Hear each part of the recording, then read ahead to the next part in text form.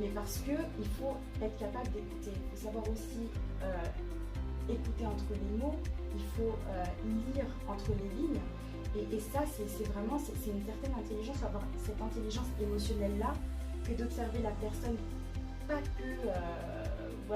que sur sa couche superficielle, on va dire, mais à l'intérieur d'elle. Qu'est-ce qui se passe dans son âme? Qu'est-ce qui se passe dans son cœur? Qu'est-ce qui se passe dans ses tripes? Qu'est-ce qui l'anime tous les jours? Parce qu'à la longue, ce qui va se passer, c'est que en tant qu'entrepreneur, tu vas publier sur les réseaux sociaux, il va falloir que la personne, quand elle dit, se dise « Ah mais c'est complètement moi ». Extra. Ouais, puis il y a ces choses-là aussi, je veux dire, là je vais pas en tant qu'expert, mais ça peut arriver aussi à tout le monde de faire des erreurs, même soi-même, c'est-à-dire d'avoir des petits engagés, Voilà. d'avoir des choses comme ça sous l'effet du stress. Ça, c'est des choses aussi qu'il faut apprendre à gérer, et je pense que c'est une leçon de vie, mais vraiment pour tout le monde. Je veux dire, même l'expert en développement personnel a déjà été stressé, a déjà fait des erreurs en direct. Qui n'a jamais fait d'erreur? On reste humain, hein, ouais, c'est ça, en fait. on reste des humains et tous les jours on essaye de tendre vers la perfection finalement. Et c'est quelque chose qui est passionnant, mais aussi qui est rempli aussi de beaucoup d'embûches, et chaque embûche il faut les chevaucher. Parce qu'en fait, c'est pas tant la perfection qui compte, je dirais que c'est la perfectibilité. C'est ça. C'est ce côté où on est perfectible. Et parce qu'on est perfectible, les gens se disent, bon, bah, voilà, c'est des choses qui peuvent, on peut évoluer avec le temps. C'est-à-dire qu'on peut apprendre de ses erreurs. C'est une erreur qu'on va faire une fois, c'est cette erreur qu'on ne fera plus. On va passer à une autre erreur et c'est comme ça qu'on va corriger. Step by step, et c'est un escalier, voilà. Pas par pas. Voilà, pas par pas. C'est pas un ascenseur, il n'y a pas d'ascenseur vers la réussite. C'est vraiment quelque chose qui se Et même tout à l'heure, on l'a peut-être pas dit, c'était sur l'inspiration. Il faut savoir que l'inspiration, c'est un miracle.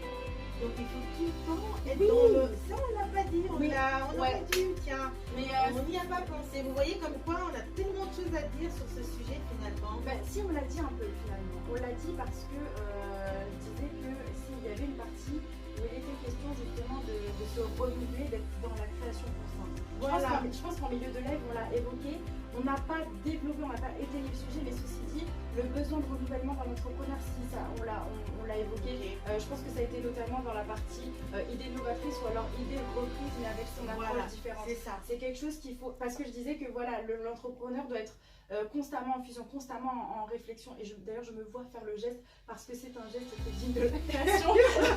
Donc oui, c'est pour ça aussi.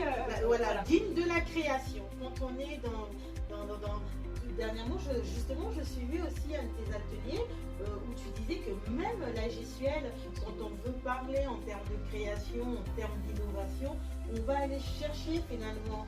On va finalement toujours avoir tendance à regarder le ciel parce que on va.